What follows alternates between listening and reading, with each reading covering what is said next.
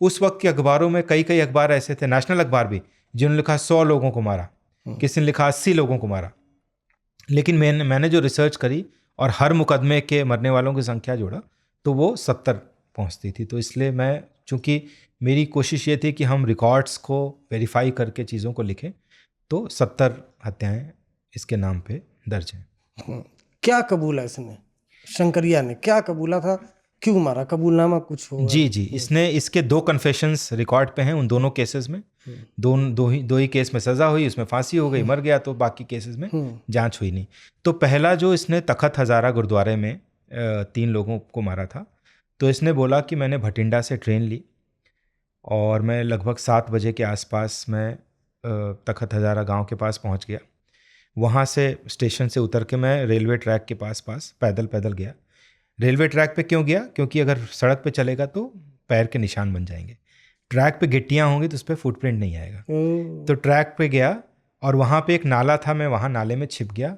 रात का मैंने वेट किया, जब आधी रात हो गई तब मैंने अपने चप्पल वहाँ उतारे और अपने कपड़े वहाँ उतारे और फिर मैं सामने गुरुद्वारे के पास गया। मैंने दीवार फांदने की कोशिश करी लेकिन मैं दीवार चढ़ नहीं पाया।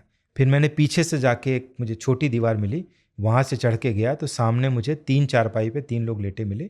वहीं पास में एक कस्सी पड़ी थी, मैंने वो कस्सी उठाई और एक एक करके तीनों को मार दिया। फिर मैंने जाके गुरुद्वारे में तलाशी लेनी शुरू करी। तो एक कमरे मुझे 700 रुपये मिले, दूसरे में 400 मिले, 300 नोट थे, तो 1100 रुपये लेके बेसिकली ये जो मर्डर्स करता था इसका मोटिव था चोरी। चोरी जो शुरुआत में इसने चोरी शुरू की थी वो चोरी ही आगे कंटिन्यू कर रहा था। लेकिन इसको जेल में जो आपने भी कहा कि जो सोहबत बुरी होती है, एक तो सुभाष जब भी ये चोर पकड़ के जाता तो कहता, अरे फिर आ गया तू? तो क्या करूं साहब, मैं पकड़ा जाता हूँ। तो कहा ऐसे कैसे चोरी करता पकड़ा जाता है? तो उसने उसको 3 गुर दिए कि बेटा चोरी करनी है तो ऐसे करना। उसने कहा पहली बात कि जहाँ भी चोरी करना देखना कि वहाँ कोई आसपास विटनेस ना हो। दूसरी बात, कभी भी ज्वेलरी वगैरह मत चुराना, सिर्फ पैसे चुराना। ज्वेलरी चुराएगा, बाजार में बेचने जाएगा, पकड़ा जाएगा। और तीसरी बात जो शायद बाद में सुभाष ने भी ये बात बताई, जब पुलिस ने इसको गिरफ्तार किया तो सुभाष इसके साथ था क्योंकि वही आइडेंटिफाई कर पाता था। कोई इसको पहचानने वाला नहीं था, तो सुभाष उसके साथ। तो सुभाष ने कहा साहब मुझसे ही शायद कोई गलती हो गई। तीसरी सलाह उसने दी थी कि पहले उस व्यक्ति को बेहोश कर दो।